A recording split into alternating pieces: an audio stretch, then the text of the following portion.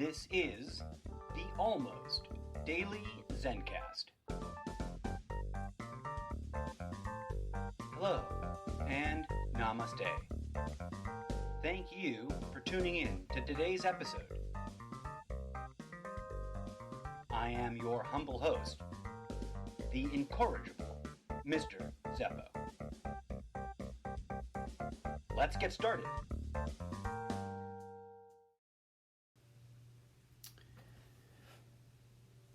I have found it to be quite true and helpful guidance, irregardless of position, worldview, emotional, or literal circumstance.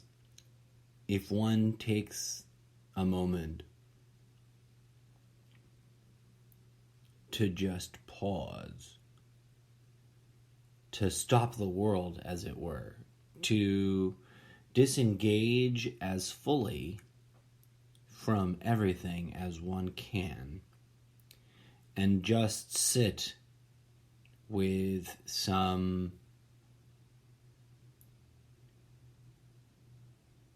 awareness of this process and some honoring of all that is out there, right? Honoring all that madness that we're desperately engaged in. All the watching of the world events, etc. Like honoring it, as we speak of sometimes, but also setting it down and off to the side. Honoring it and saying, yes, it's important for me to be up to date with the latest worldwide madness, but also I need the space and time for a little internal stillness. It's okay to create that for oneself, no matter where you are, no matter how you find yourself. I encourage you to do it.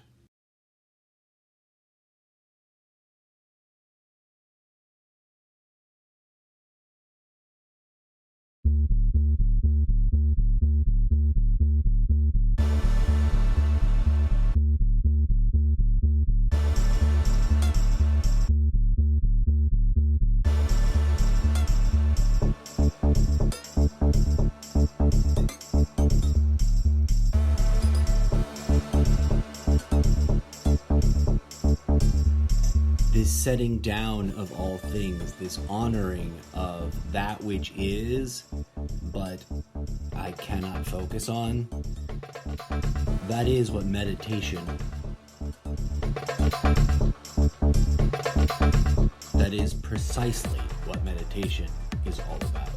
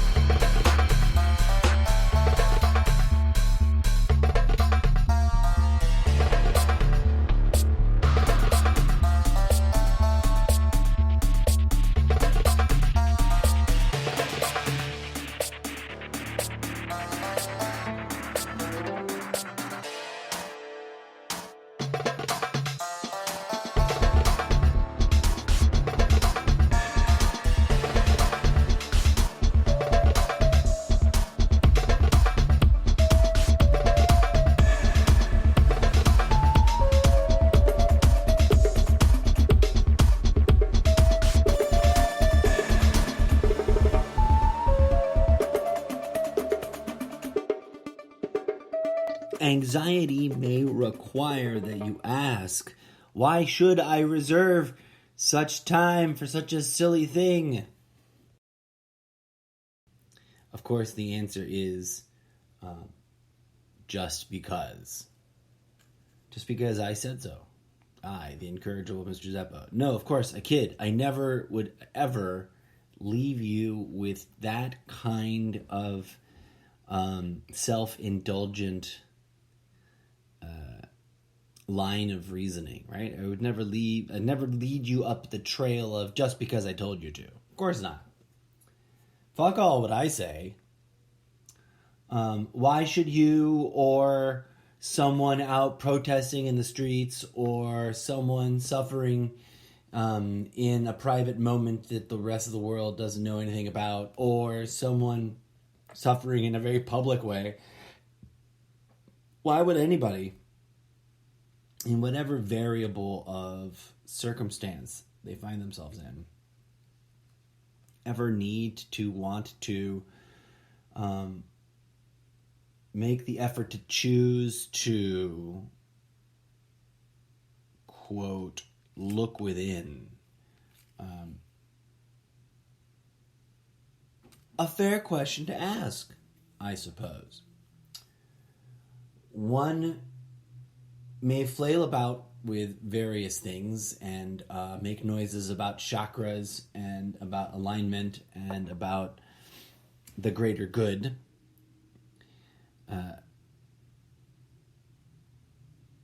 And also, I think we can, should we choose to, together, as we traverse time and memory and space frequencies at various bandwidths, we can unite in the pseudoscientific exploration of what it would be like if we just all chose to make authentic, simple, direct, postmodern, internal healing meditation practice, whatever the label is. We just sort of make, you know how there's those memes going around like normalize this and normalize that. God bless it, everyone's got their thing they want to normalize, and some of them aren't things I can get behind. But that's a whole nother episode, right? Forget that noise. The one thing I really can, and clearly already have gotten on board with, is the prioritization of a self-driven, self-disciplined, self-oriented, which may sound weird at first, but, you know, like internally questioning, self-seeking, self-investigating, self-questioning process of self-liberation, as it were, to perpetuate the ancient ye olde time ideas of some of the crazier, you know, new age hippies of long ago, that we can indeed free ourselves, liberate ourselves from all of the madness that is the madness that we complain about. And that we can do that because we were of that state to begin with. And any other narrative is part of the, you know, sales pitch to the madness. But what does it take? What efforts are required? See, that's a mystery in and of itself. And mysteries are real. Not in the, like, Nancy Drew, or what was the, you know, for boys equivalent, the two twin brothers. Were they twins? I don't remember what they're called. But the Mahoozle, I have some of them. Hardy Boys. The Hardy Brothers. The Hardys. It isn't those kinds of mysteries. It's the living heartbeat of life itself in the most intimate sense of the word of life, you know, the word all caps, and the singing of it, the bringing about of it, the manifesting of it, and the living of it, in its authentic sense, in its most, can I be a weirdo and apply the term organic in its organic sense to the human phenomena, right? Like, are you here to be taxes, eat, work, pray, love, make babies, and die for the state burrito? I don't think so, right? Like, that's not... Is that God's divine plan, as some might phrase it? Call me a cynic. Call me a Zen has-been. Call me whatever you like. Call me a cuckoo nut job. I think not. I do not think the status quo parameters of what our day-to-day life cycle has settled into, to be kind, to be polite, has been orchestrated into becoming, to be a little bit more forthright, is the end-all be-all. Neither was it back in Yeshua Christos' day, neither was it even earlier than that, back in good old fat-bellied, good luck waving Buddha, the Buddha day. Neither was it even further back before then, in the days of Krishna, or the days of Mithra, or the days of any of your... Choose your favorite avatar. Right here. Boom, bling, bling, bling, bling. We can play those games, or we can get on with the serious work that is apparently, seemingly there, being pointed to be done, to be remembered, to be re-engineered, to be rediscovered, to be reinvented, to be remixed and reawakened. And what does that even mean? I don't know. It means a lot of things. It means that I don't pretend to know all the answers, right, folks? I don't wake up in the morning with $1 million paycheck and an army full of suits and tools and blah, blah, blah. I wake up in the morning on the very last thread of sanity, hoping that this isn't actually the moment where the world grinds to an inadequate and dissatisfactorily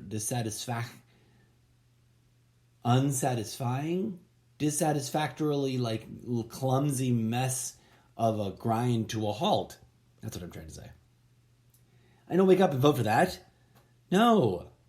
Why would I vote for that with my obsessive compulsive circular worrisome thinking every day? And yet some people do, and I'm that guy. I'm bringing attention, please.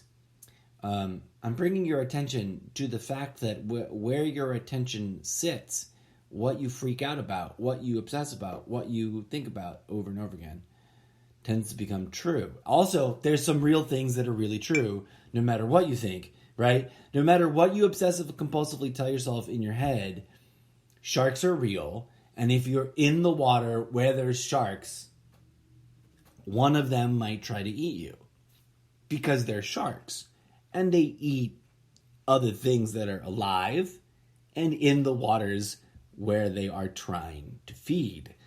That's just always going to be real. No matter how Buddha'd out you are, you might maybe have like a St. Francis or a Buddha. Buddha was attributed this gift too. But in stories, there are moments of like Buddha being in the wild or St. Francis being in the wild, and just like all the Disney critters in the forest come out and nibble at his toes in a loving, the lions and tigers and bears, oh my, no one's eating anybody else kind of way. And okay, if you've got that superpower, I think we're supposed to team up. Because I don't think anybody really has that superpower out there in the world just yet. But we, theoretically speaking, can, could, should, would, might be able to unlock that kind of behavior in the holographic fractal matrix of manifestation that is our day-to-day lives. I'm going to switch things up here. I was going to play this one track first and then get you into some other thing and then play you a different track, but I had to swap those out. Now it's going to be different. Enjoy the following bit of music for your listening pleasure as we transition, after all that incoherent rambling, to a different set of incoherent rambling.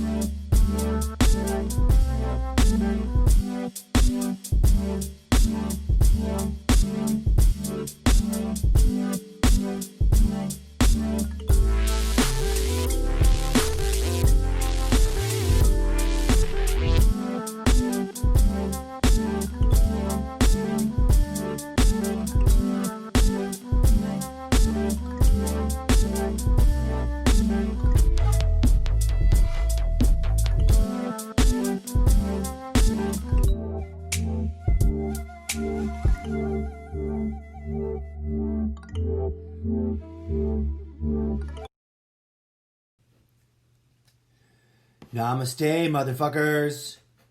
So, here we are. Someone has lit the house on fire. We're arguing about which hose is the right hose to put the fire out. None of them actually reach to where the fire is, so it's going to get worse. And instead of helping each other all put the fire out and start rebuilding, we're busy yelling at each other about stuff and things that are really important. Because so-and-so or what's-his-nuts said so. And forgive the snooty-tooty voices there, but that's how I feel about it. That's how I feel about what's going on in the world today. And I'm just one crazy nut job on his virtual platform screaming into the void, obviously, with music, right? Or music-like sounds. Some people, I know, I have had some friends in my lifetime and have known some people and can imagine quite seriously that there must be massive amounts of people out there, swaths and swaths of people out there that would be like, that isn't music. That's cacophonous just noise of some sort of electronic weirdness that is just almost sounds kind of almost like music with a few flutes looped in. And I don't know, whatever. I judge not what others judge. But here's our show. What are we talking about?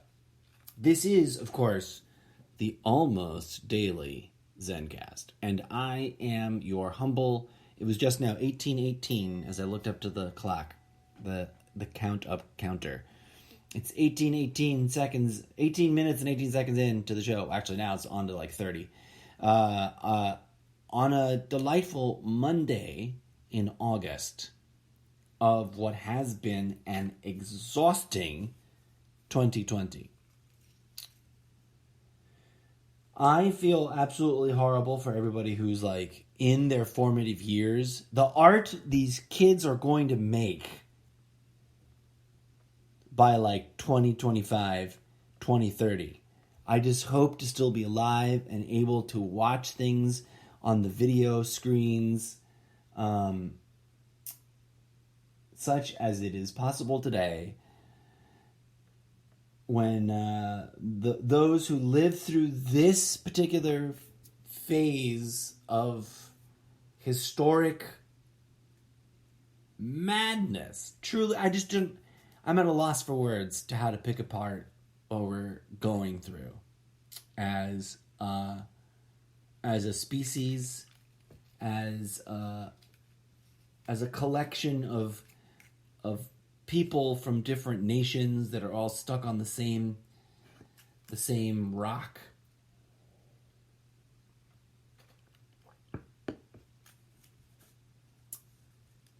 So that's a lot to process, right? For anybody, for any given individual, for anybody of any persuasion. And I sympathize and empathize with that. That's why I call it out. That's why I point it out. I own up to it. I walk up to the microphone and I say, whoa, everybody, the world has gone. If it hadn't already been, which arguably it was, let's just be clear about that. I'm no fawny-eyed, Johnny-come-lately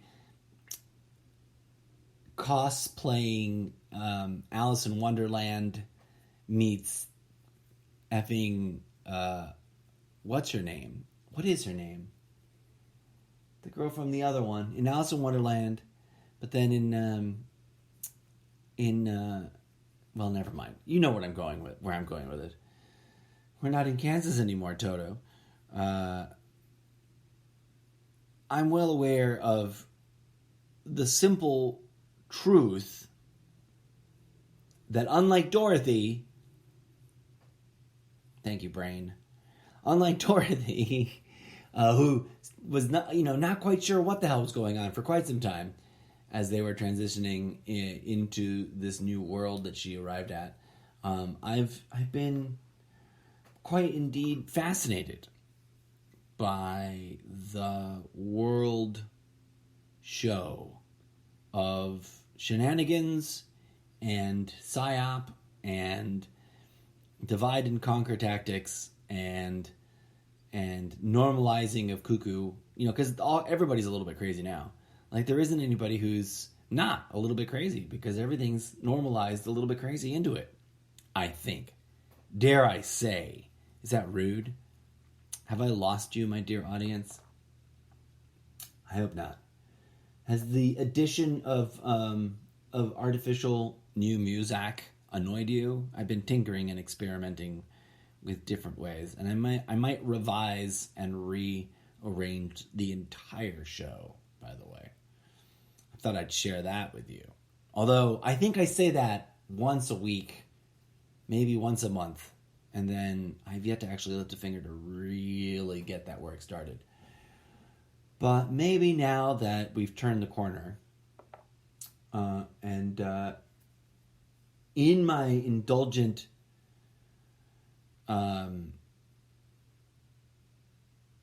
sort of self-referencing of my own silly project, I find, that my mind goes a million places, if I may share with you a bit. Because I forget what all the hell I've talked about in other episodes. And I'm both excited and a little nervous to really sit down and listen to all the audio tape that has accumulated. Some of which I foolishly pulled off the air. Something I wanted to share with you. If you're new to the show and you're curious about going all the way to the beginning, quote unquote, by scrolling down or telling your podcatcher app to start from the beginning or whatever, the beginning won't make sense. Because although I really honestly, for realsies, started this show way back in the day, not too terribly long after Trump, came down the escalator, I don't have all of it up and posted correctly anymore on the Spreaker platform. So I don't know if your RSS feed has survived the edits somehow. And maybe somebody who's been listening to the show from the very beginning, it does. But I don't think if you're new and you pick up the show on whatever platform, you're like, oh, it's on this platform. Here it is. I don't know if you're gonna get what's on the current playlist as it sits now on Spreaker.com. And that lacks a whole sort of meta level of editing, which I fantasize about introducing, where I go back and review previous episodes and chop them up if they're really long and redistribute them. And then also tighten them up if they're rambly or weird or loosey-goosey, etc. And sprinkle in other commentary as if I were talking with myself, and or correcting myself, and or inserting all those lost words and not quite well-remembered names. So if you're jumping around and listening to the show and you realize there's a lot of foibles and mistakes and bloopers, it's because I've never gone back in post as of yet. I swear to you, all of this is real about the podcast. Monday, August 10th, 11:54 a.m., 2020. I've meant to, and I've sort of started to. I've done a couple of edits on a couple episodes, and I've done some weird experimental episodes as proof of concept that I could, create a show that sounds like this or that. But here we are. Most days, it's just me and some tracks I've remixed from a platform that I have a full access subscription and rights to reuse loopified, loopy sounds that sound like that. And then I talk about stuff. And I ask questions that I want to share with the world. And I share my opinion about what's going on with the world. And I point out that that while there's plenty of things that we could disagree on, those things, I think, are in part either hijacked or engineered by the system of oppression that we all, to some degree or another, are increasingly more and more aware of. And that this system of oppression, would rather we be busy arguing with each other about silly things that it keeps us on a treadmill about arguing over, than uniting to truly and deeply rediscovering, reinvigorating, re-engineering, re-imagineering, re-enlightening, repopulating, popularizing. There's a good one.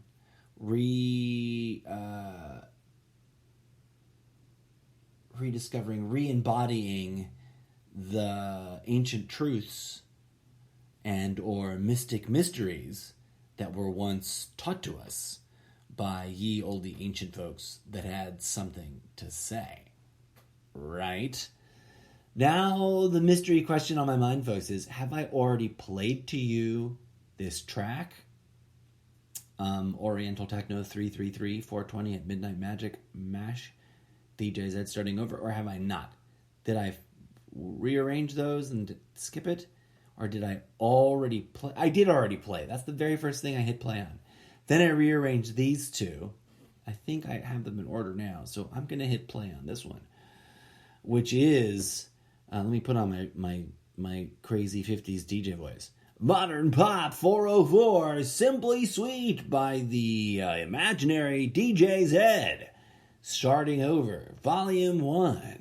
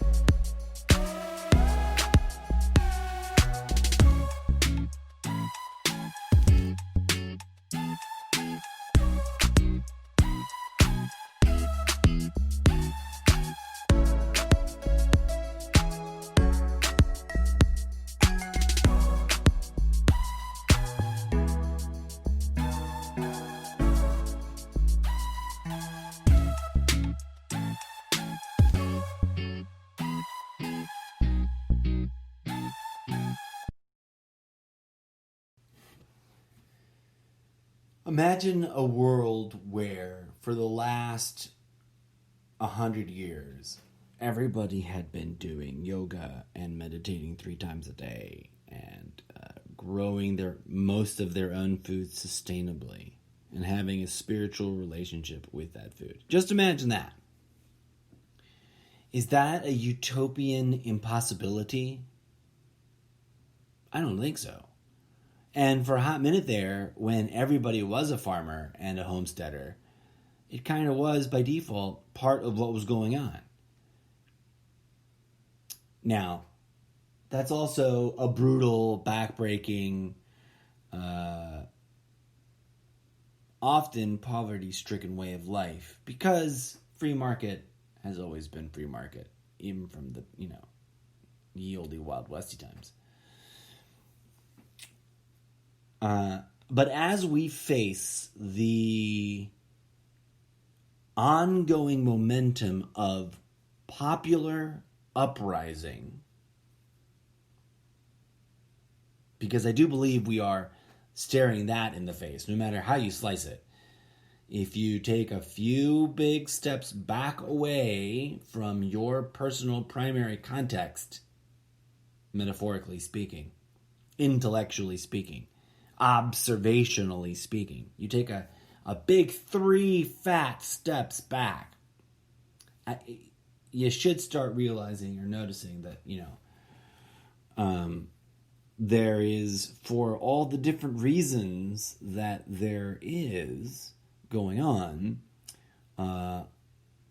like some sort of global year of protest that continues to dig its heels in instead of dissipate as perhaps, we're accustomed to other, and I say this without judgment, other past movements.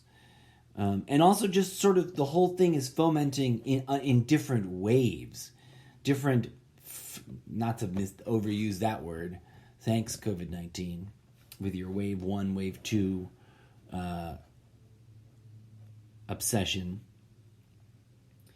But what I mean to say is that, like, in different places all around the world, the people are out in the streets demanding change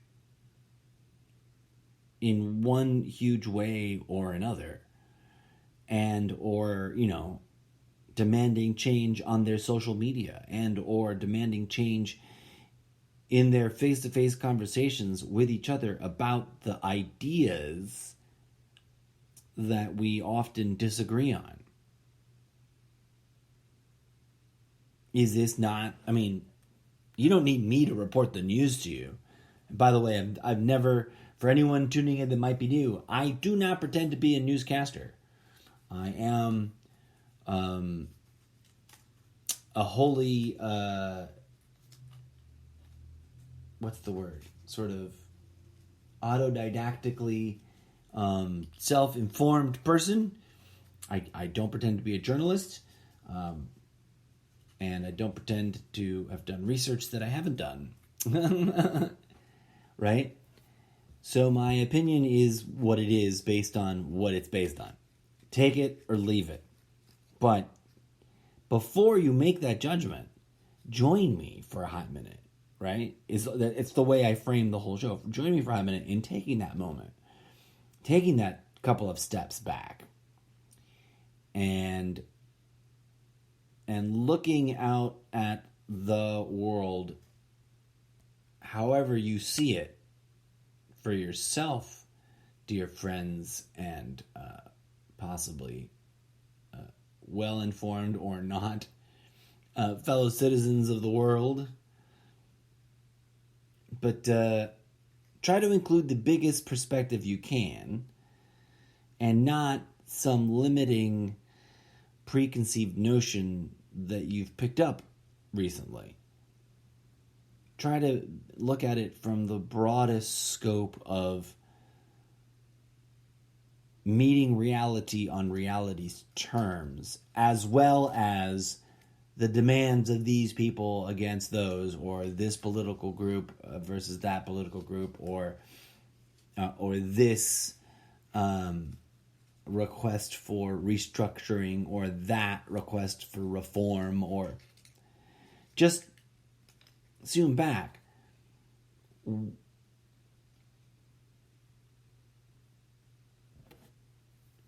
Whatever we have done in our immediate past, collectively speaking, as a whole, has led us to this moment. And this moment is rife with conflict and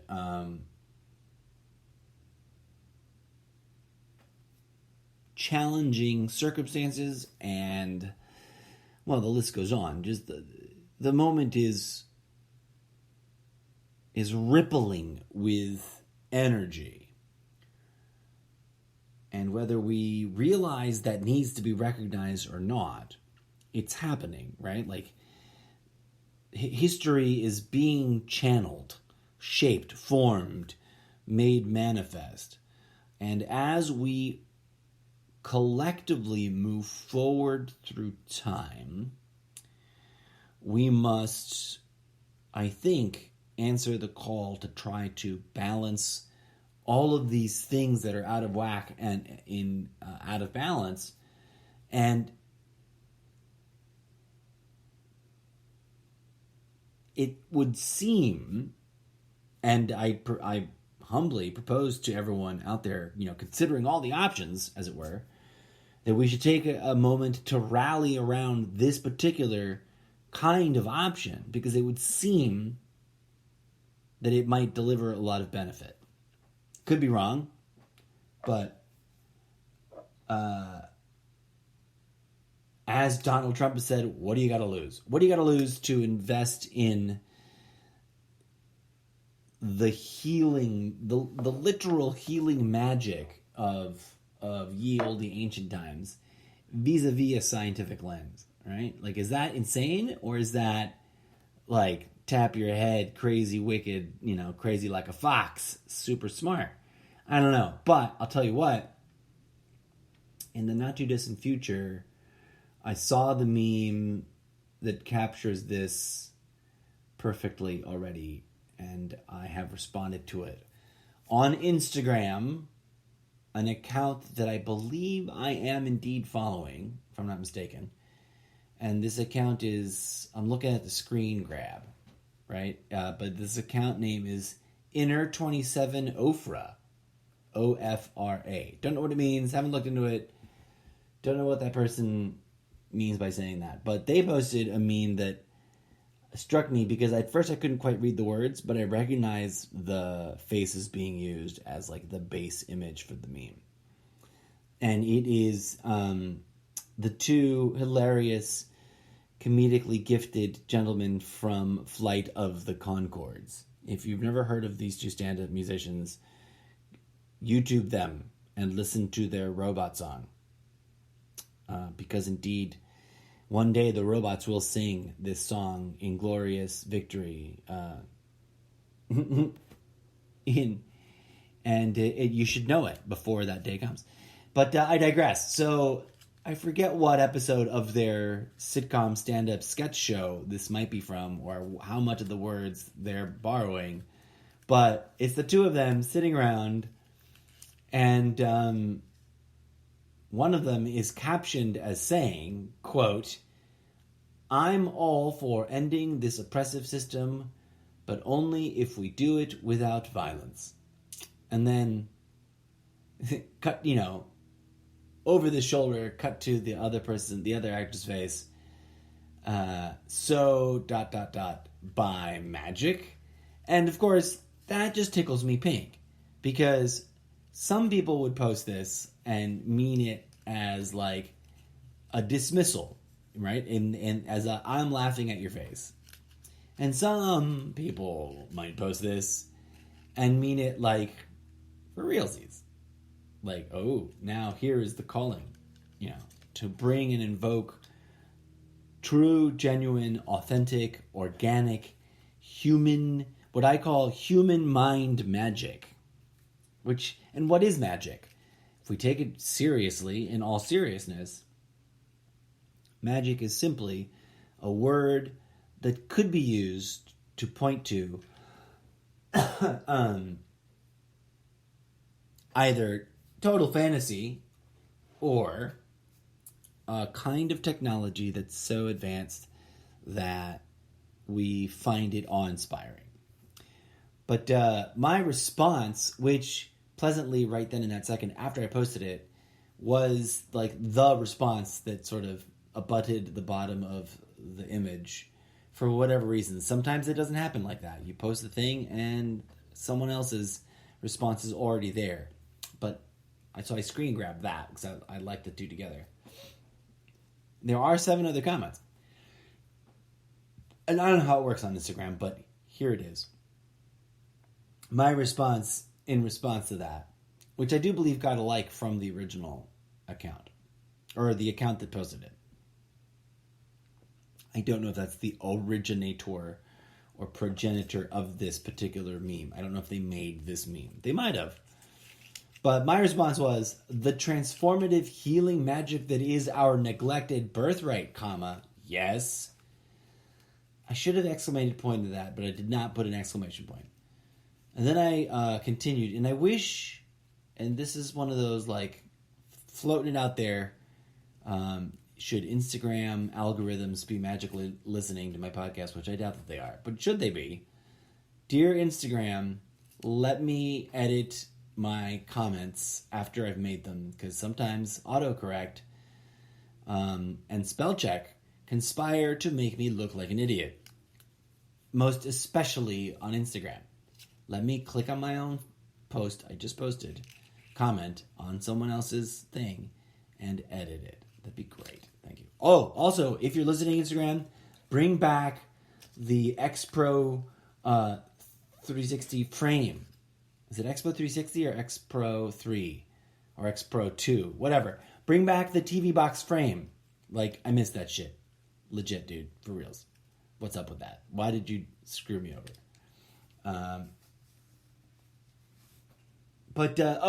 I didn't put all that in. That's not in the comment. That's just me ad-libbing because I've gone crazy. It's 42 minutes and 22 seconds of that shite.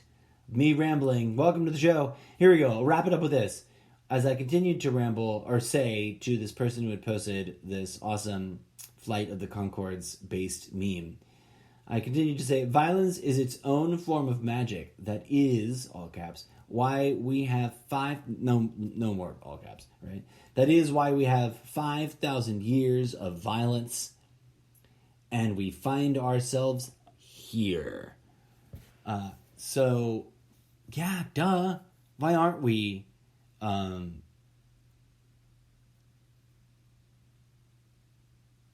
aren't we doing all the magical things we could be doing?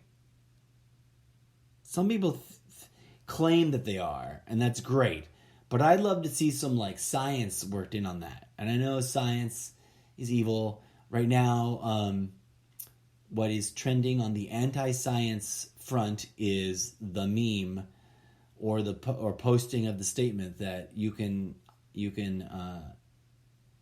bribe or corrupt a scientist just as easily as any politician. And word, we got to acknowledge that is true. But also, science is self-corrective in that it does try to actually literally measure a thing. Behind whatever you're talking about, someone out there, for realsies, with a sort of pride of this is the cudgel, the weapon, the tool of factualism. It's trying to measure the thing and then test that measurement is verifiable. That's the one thing running with the science. For sure, they'll try to fudge with it, no doubt. And I've talked at length about how that can be addressed.